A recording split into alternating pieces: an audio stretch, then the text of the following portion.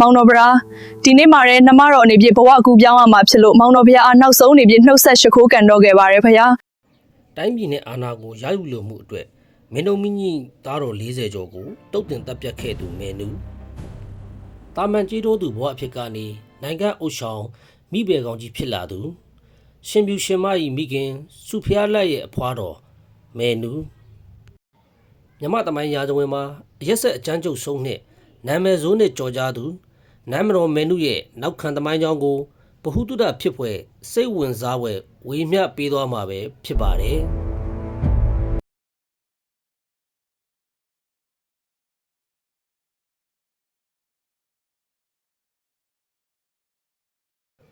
နမ်မတော်မဲနုသည်ယခု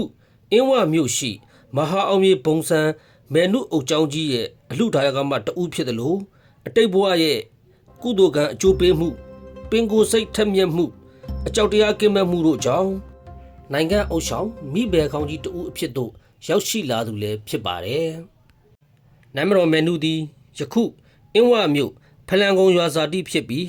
ဖခင်ထောင်မူတီဟကျော်သာဘွဲကံဥလုံနှင့်ဒေါ်ငယ်တို့မှာ1983ခုနှစ်ဇွန်လ18ရက်နေ့မှာမွေးဖွားတန့်စင်ခဲ့ပါတယ်။မွေးချင်းမောင်နှမအနေဖြင့်2ယောက်ထွန်းကားခဲ့ပြီးကြံတယောက်မှာမောင်အိုဖြစ်သည်မဲနုသည်ရွှေလင်မန်းနှင့်အချင်းစေးသောတော်ဝင်မျိုးနွယ်မဟုတ်တာမန်ကျေးတော်သူတဦးသာဖြစ်တော်လေသူမဘဝတွင်ထူးဆန်းမှုကြီးကြီးမားမားနှစ်ကြိမ်တိုင်ကြုံတွေ့ခဲ့ရပါတယ်မဲနုသည်ငယ်စဉ်အခါကအိမ်မှလူကြီးမိဘများနှင့်ခရီးသွားလာခဲ့ရာလမ်းစရက်တစ်ခု၌တက်ခုခဲ့ကြပြီးမဲနုကထမင်းချက်ရန်တာဝန်ယူခဲ့ကြပါသည်မနေ့မိုးလင်းသောအခါမဲနုထမင်းချက်ခဲ့သောနေရာ၌ကြီးမားသောမှုဝင်ကြီးတပွင့်ပေါ်ပေါက်လာရာလူကြီးမိဘများကအံ့ဘွယ်နမိတ်ကောင်းဟုမှတ်ယူခဲ့ကြပါတယ်မဲနုအသက်12နှစ်အရွယ်ရောက်ချိန်ရေစိတ်မှာရေချိုးနေစဉ်စွန်ရဲတကောင်ကသူမရဲ့အနီရောင်ရေလဲလုံကြီးကိုကောက်ချီသွားပြီးအမရပူရနန်းတော်အတွင်းရှိမိဖုရားများစံပေရာတောင်နန်းဆောင်အမိုးပေါ်၌ခြာထားခဲ့ပါတယ်ဘိုးတော်ဖျားဟာလုံကြီးပိုင်ရှင်ကိုစစ်ဆေးဖော်ထုတ်ခါမဲနုကိုတောင်နန်းဆောင်အပြူတော်အဖြစ်ခံထားလိုက်ရမှနိုင်ငံတော်အရေးအရှုပ်တော်ပုံကိုဖန်တီးမိအဓိကဇက်ကောင်ကိုခေါ်မိသည့်အမှားကြီးတစ်ခုကိုဘိုးတော်ဖျားပြုလုပ်မိသွားခဲ့ပါသည်ကုန်းပေါင်မင်းဆက်တွင်နန်းသက်အရှိဆုံးဘိုးတော်ဖျားမင်းကြီးသည်38နှစ်ကြာနန်းဆန်ပြီးဘာကြီးတော်စကိုင်းမင်းကိုအိမ်ရှိအရာအနှင်းပြီးညီတော်တာယာရီမင်းသားကိုဒုတိယနှစ်ဘာကြီးတော်၏သားတော်စัจ जा မင်းသားလေးကိုတတိယနန်းလျာအဖြစ်ထားရှိခဲ့ပါသည်ဘာကြီးတော်မှာအိမ်ရှင်မင်းသားယာတုသာရှိသေးပြီးမိဘခေါင်းကြီးမှာလည်းရှင်ပြူရှင်မဲဖြစ်ပါသည်ရှင်ပြူရှင်မဲသည်စัจ जा မင်းသားလေးကိုမွေးဖွားပြီးတပတ်အကြာ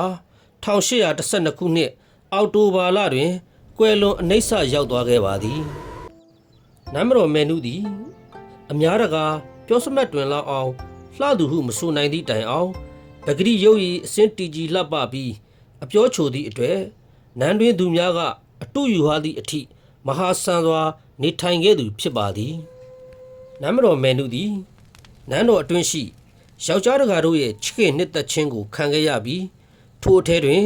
အင်းရှိမင်းသားကြီးဘာကြီးတော်လည်းအပါအဝင်ဖြစ်ခဲ့ပါသည်အမရပူရနန်းတော်အတွင်း၌အင်းရှိမင်းသားဘာကြီးတော်မင်းအားမဲနုထက်မဟာစီမဟာသွေးအချင်းချင်းအိမ်တောင်ပြုစီလို၍လူမာအမျိုးကြက်မာအယိုးဟုဘာကြီးတော်မင်းသားအားသတိပေးခဲ့ကြပါသည်မဲနုကလည်းလူမာအချစ်ကြက်မာအမြင့်ဟုခြေပကဘာကြီးတော်မင်းသားကိုရအောင်တိမ့်သွင်းနိုင်ခဲ့ပါတယ်ဘာကြီးတော်မင်းတရားကြီးသည်1819ခုနှစ်ဇွန်လ9ရက်နေ့တွင်နန်းတက်ခါ1823ခုနှစ်တွင်မြို့တော်ကိုအမရပူရမှအင်းဝသို့ပြောင်းရွှေ့ခဲ့ပါသည်ဘာကြီးတော်မင်းသားသည်အနေအေးသလိုမဲနုကိုအလွန်ချစ်သဖြင့်အက္ခမဟေသည်တောင်ညာဆန်မိဘကောင်ကြီးအဖြစ်တင်မြောက်ခဲ့ပါသည်နမ်မတော်မဲနုသည်ပင်ကိုစိတ်ထက်မြက်သူပြီးနန်းတွဲတစ်ခုလုံးရဲ့အရေးကိုသာမက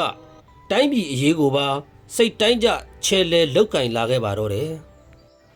အမရပူရနန်းတော်အတွင်းမှာလည်းအမျိုးနှိမ့်သူမိဘကောင်ကြီးဖြစ်လာပြီးဓာတ်ထက်၍သာကြောက်ရသည်မိသူကမှမဲနုကို မကြိုက်နှစ်သက်ခဲ့ကြပါရှေးရခင်အခါကဘုရင်မင်းတရားကြီးနှင့်မိဖုရားခေါင်ကြီးတို့မှာရာဇပလင်ပေါ်တွင်အတူမထိုင်ခဲ့တော်လဲနန်းမတော်မယ်နုသည်ထိုအစဉ်လာကိုဖောက်ဖျက်ကာပလင်ပေါ်တွင်အတူထိုင်ပြီးတိုင်းရေးပြည်ရာများကိုအုပ်ချုပ်ခဲ့ပါသည်နန်းမတော်မယ်နုသည်1819ခုနှစ်တွင်မောင်ရင်းဖြစ်သူမောင်အိုကိုယခုမကွေးတိုင်းဒေသကြီးစလင်းမြို့ကိုအပိုင်စားစေပြီးနန်းတော်အတွင်းမှာသူမရဲ့အာဏာကိုခိုင်မာအောင်တိဆောက်ခဲ့ပါသည်ထို့အပြင်မောင်အိုအားသရိုးဓမ္မရာဇာဘွဲ့ချီးမြှင့်လိုက်သလိုဘာကြီးတော်ဖျားကလည်းသူ့ရောက်ဖအားမြောက်စားသည့်အနေဖြင့်ထိတ်တန်းမင်းကြီးမင်းသားစီရင်သွင်းပေးခဲ့ပါသည်မောင်အိုသည်နေချင်းညချင်းတကိုးကြီးထွားလာသဖြင့်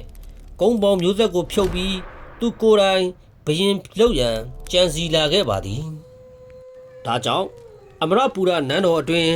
နိုင်ငံရေးနှင့်အာဏာကိုပိုင်ဆိုင်သောမဲနုနှင့်မောင်အိုကတပွဲသူတို့ရဲ့မဟာပြိုင်ပွဲများဖြစ်ကြသောဘာကြီးတော်မင်းကြီးနောက်နိုင်ညွန့်နန်းလျာဆက်ခံမှုအခွင့်အရေးရှိသူတာယာဝတီမင်းသားကတပွဲစင်ပြူရှင်မဲမဤသားတော်စัจ जा မင်းသားလေးတို့ကတဖွဲ့ဆိုပြီးနန်းတွင်အပြိုင်မှု၃စုခွဲကပေါ်ပေါက်လာခဲ့ပါတယ်အဲ့ဒီအတွက်ကြောင့်မောင်အိုသည်စัจ जा မင်းသားလေးနားထွင်ပြီးအိမ်ရှိအရာအနှင်းချင်းကိစ္စကိုအချိန်ဆွဲငတ်ထားခဲ့ပါတယ်နန်းမတော်မယ်နုနှင့်မောင်ဖြစ်သူမောင်အိုတို့သည်မယ်နုနန်းဆန်သော18နှစ်ကာလပတ်လုံးတာယာရီမင်းသားကိုအတိမတ်မပြူဘဲစိတ်တိုင်းကြချဲလဲပြီးနောင်တော်ကြီးနှင့်တွစ်ဆုံခွင့်ကိုပိတ်ပင်ထားခဲ့ပါသည်တက္ကရာ1822ခုနှစ်ဘာကြီးတော်မင်းတရားကြီးနှင့်နန်းမတော်မယ်နုတို့ကကျောင်းဆောင်ဆောက်လုပ်လှူဒန်းခဲ့ရာ1829ခုနှစ်တွင်မဟာအောင်မြေဘုံဆန်ဟုကပီးထိုးကရောင်ကန်ဆရာတော်ဖျားကြီးဥပိုအားလှူဒန်းခဲ့ပါသည်တနှစ်အကြာတွင်ညောင်ကန်ဆရာတော်ဥပိုပြန်လွန်တော်မူပြီးနောက်ဒုတိယညောင်ကန်ဆရာတော်ဥပုပ်အားထပ်မံလှူဒန်းခဲ့ပါသည်မဲနုအုပ်ကျောင်းကြီးရဲ့အကျယ်ဝန်းမှာအလျား192ပေအနံ112ပေအမြင့်94ပေရှိပြီးကျောင်းတီဆောက်ရာတွင်မြန်မာငွေကျပ်3သိန်းခန့်ကုန်ကျခဲ့ပါကြောင်းတက္ကရာ1838ပြည့်နှစ်တွင်ငလျင်ဒဏ်ကြောင့်ပြိုကျခဲ့ရာနန်းမတော်မယ်နုကသမီးတော်စင်ပြူရှင်မကတက္ကရာ1882ခုနှစ်တွင်ထပ်မံပြုပြင်ခဲ့ပါကြောင်းတမိုင်းမှတ်တမ်းများအရသိရှိခဲ့ရပါသည်ကျောင်းတော်ကြီးကိုအုပ်အင်္ဂရေတို့ဖြင့်မိဖုရားကောင်ကြီးမယ်နုကတိဆောက်ခဲ့သောကြောင့်မယ်နုအုပ်ကျောင်းဟုထင်ရှားကြော်ကြားခဲ့ပါသည်ဘာကြီးတော်မင်းတရားနန်းတက်ဗိသိက်မင်္ဂလာသွန်းအခမ်းအနားဆင်ရင်သောအခါမဏိပူရစော်ဘွားမတက်ရောက်ခဲ့သောကြောင့်မဏိပူရစော်ဘွားကိုသင်္ကန်းစာပေးရန်လိုက်ရန်ဖမ်းဆီးခဲ့ပြီးအင်္ဂလိပ်ပိုင်တဲ့အထိပြေးဝင်သဖြင့်အင်္ဂလိပ်တို့နှင့်နယ်စပ်ပြဿနာညှိရာမှအင်္ဂလိပ်တို့1824ခုနှစ်တွင်စစ်ကြေညာခဲ့ပါသည်စစ်သူကြီးမဟာဗန္ဓုလသည်ရခိုင်တွင်စစ်စခန်းချကမြောက်ရီမင်းကြီးဥစာကပန်းဝါတွင်အင်္ဂလိပ်တပ်များကိုအနိုင်တိုက်ခဲ့သောကြောင့်မြန်မာတပ်များကဘင်္ဂလားဒေ့ရှ်နယ်စပ်အထိရောက်နေသဖြင့်အင်္ဂလိပ်ဘုရင်ခံပင်ကြီးလန့်စာသာဖြစ်နေရခဲ့ပါသည်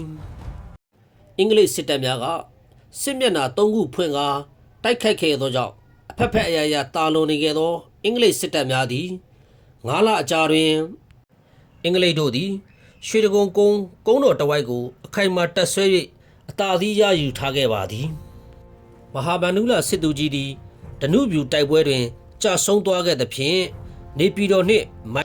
မိုင်40သာဝေးသည့်ရတနဘူရွာတွင်အင်္ဂလိပ်စစ်တပ်များနှင့်မြန်မာစစ်တပ်များသဘောတူစစ်ပြေငြိမ်းရေးစာချုပ်ချုပ်ဆိုခဲ့ပြီးမြန်မာဘက်မှ